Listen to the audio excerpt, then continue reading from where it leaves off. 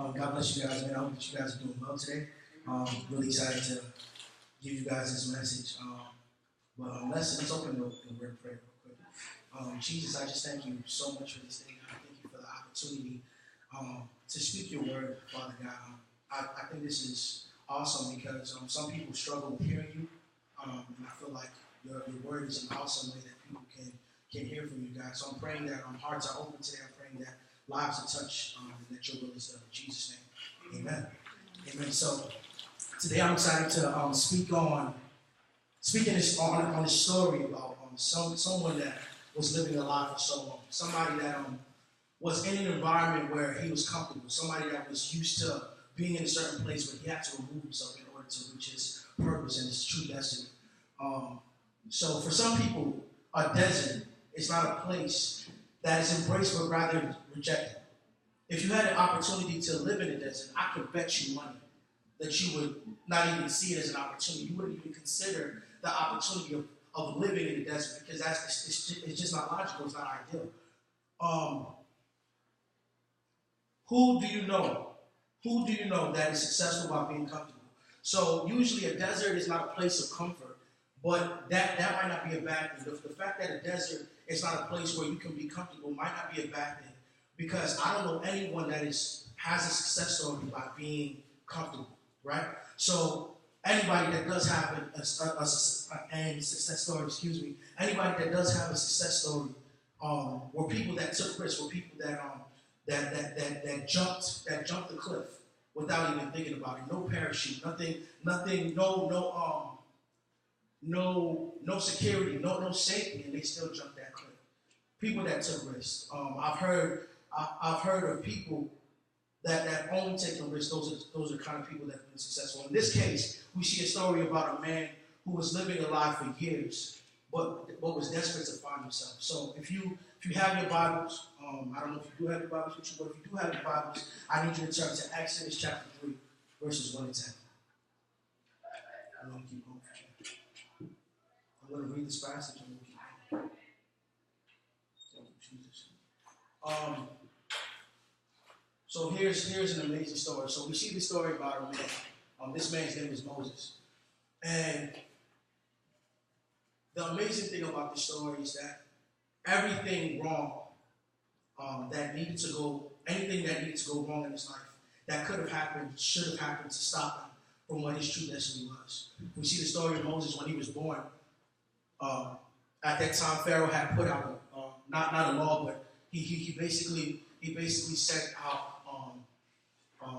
an order out to the nation. And he says, hey, every firstborn child has to be killed. So now Moses' mother is like, man, what am I going to do? I just gave birth to Moses, and I don't even know what I had. How am I going to keep him safe? How is he going to be kept from this order that was sent out by Pharaoh? So Moses is put in a basket, and Mary, his sister, puts him in the water.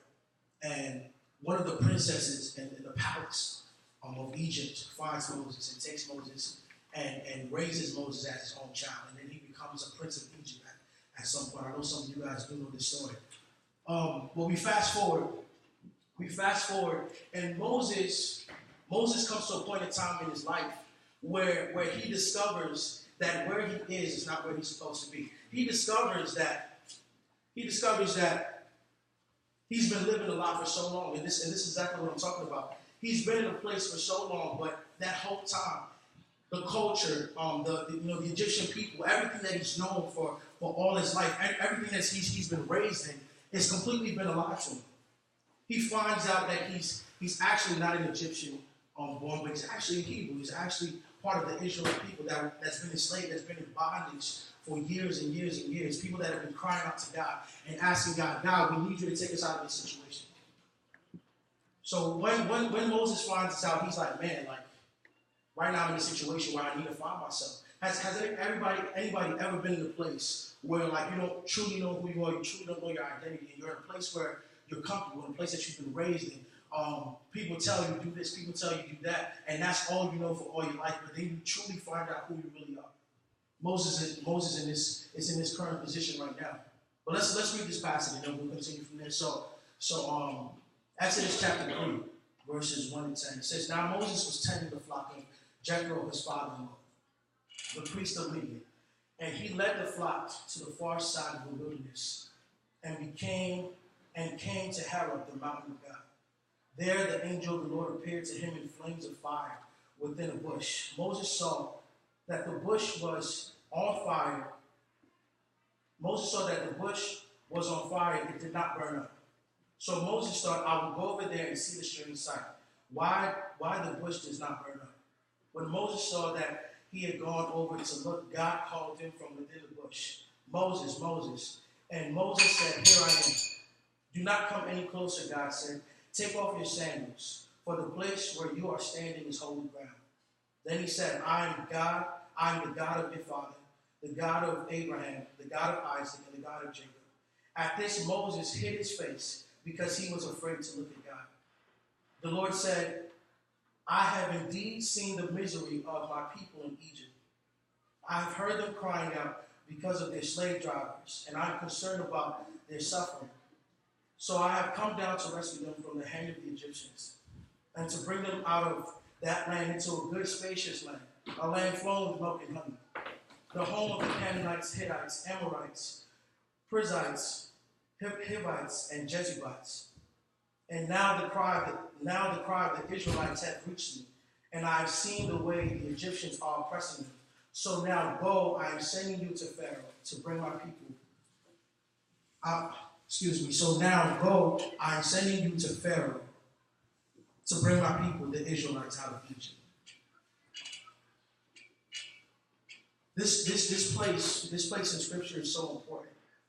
And I say that because, again, Moses was in a position where he's been comfortable his whole life.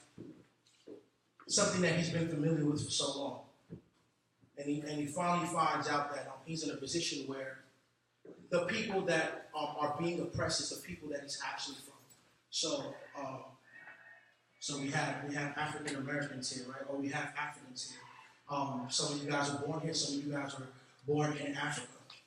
And you can choose to reject where you're from, or you can embrace that in this culture. And that's something that was tough for Moses to do, because you're telling someone that has learned a specific culture for all his life to completely reject that and now relearn culture, like relearn what society really looks like from the perspective of somebody that lives in his shoes based on where he's from. So it's tough. It's not easy to do that. But if I was to title this message, if I was to give you a title for this message, the title of this message will be called Embrace the Desert. Embrace your desert. Embrace your desert. And I say that because of this. There's so many things in this society that's distracting us, So many things in society that's distracting us. You have your phones, you have your laptops, Facebook, Instagram, Twitter. You have all of these things that take you away from what's truly important. Love and hip hop. All these reality shows. You have all these things that's taking you from what reality truly is. And if you're not careful, it's going to be too late before you find out what your purpose is. And if you don't find out what your purpose is, then you can't be effective in life. You can't truly be the person that God has created to be if you're so distracted, because you'll never find out what your purpose is. And that's the position that Moses was in. Moses was like, man, I'm not even an Egyptian. I've been called, I've been crowned prince of Egypt. I've been in this position for so long. And now being in this position for so long, now I'm realizing that I don't even have purpose right now, because I don't even know who I am. Embrace your desert. I think it was important for Moses to realize that he was in a position where he didn't know himself, and he had to find his true identity. So my first point for today, is find your true identity. Moses realized, man, this is not who I am. This is not who I was created to be. Even though this lifestyle is nice, this is amazing, it's awesome, I'm comfortable, I'm good where I'm living at, I'm good with this lifestyle. He realized that's who he realized that was not the person who he truly was. So in order to find out his purpose, in order to find out who God had created him to be, he first had to find out what his identity was. Very important. Embrace your desert. Second, He found out who he was. And exactly what he did when he found out who he was, he ran away from what he was used to. He completely ran away. He ran away towards the desert, right? So he's in this position again where he's used to a specific situation, but he completely runs away from it because now he knows who he is. My second point is that you have to get away from what you're used to in order to find out who you are. And my third point is that you have to find the desert. It's important that we understand that here in this passage of scripture, the clearest moment that God spoke to Moses was when he was in a position where nothing could distract him.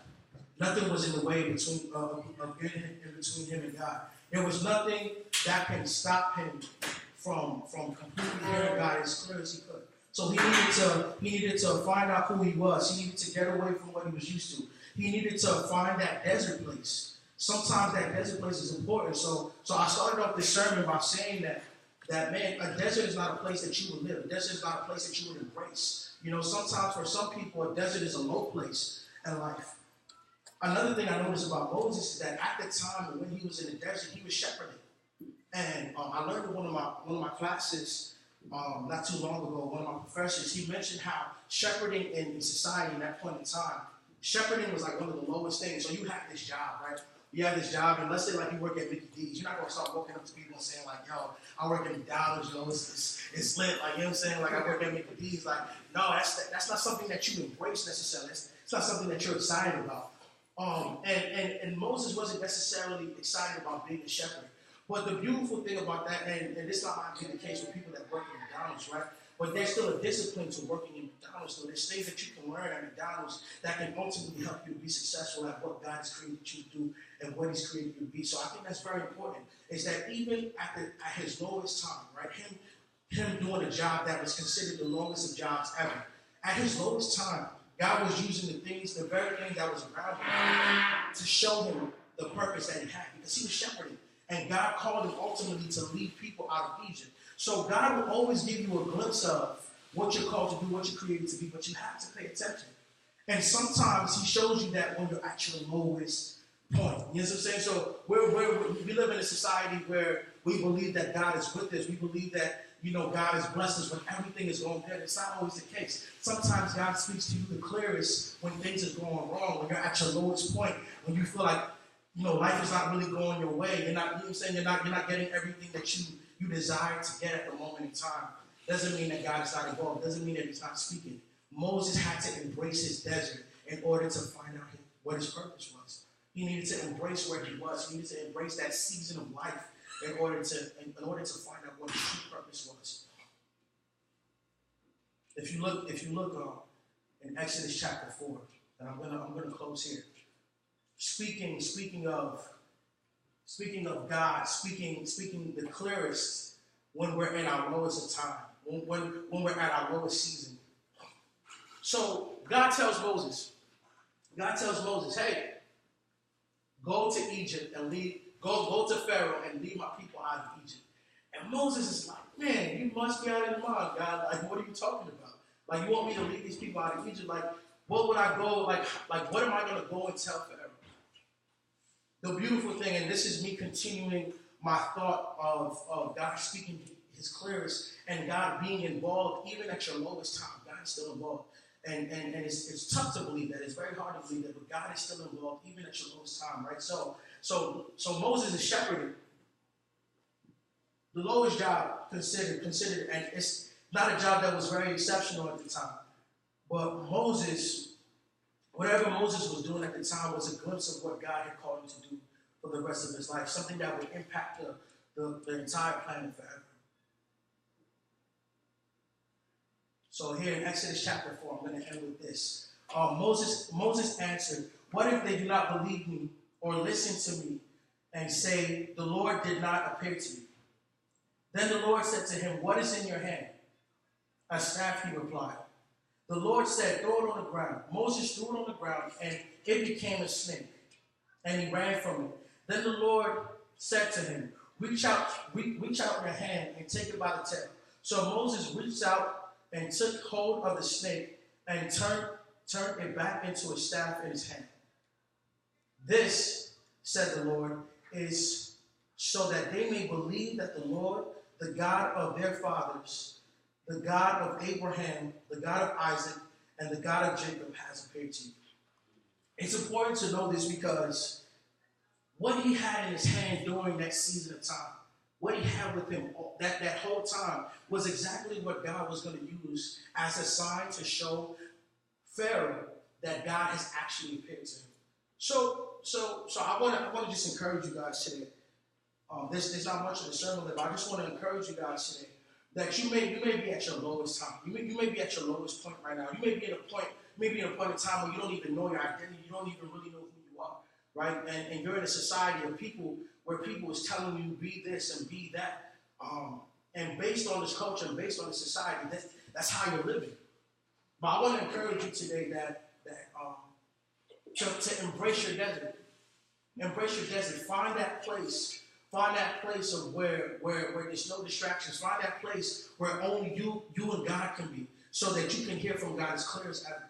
And when you embrace that desert, I promise you that you will find your purpose. I promise you that you will come to a place, you will come to terms with who you are. You will come to terms with your identity. You will find out who you are. You will be able to be effective in that way. So I encourage you today to embrace your desert. Embrace your desert. All right? God bless you guys. Thank you.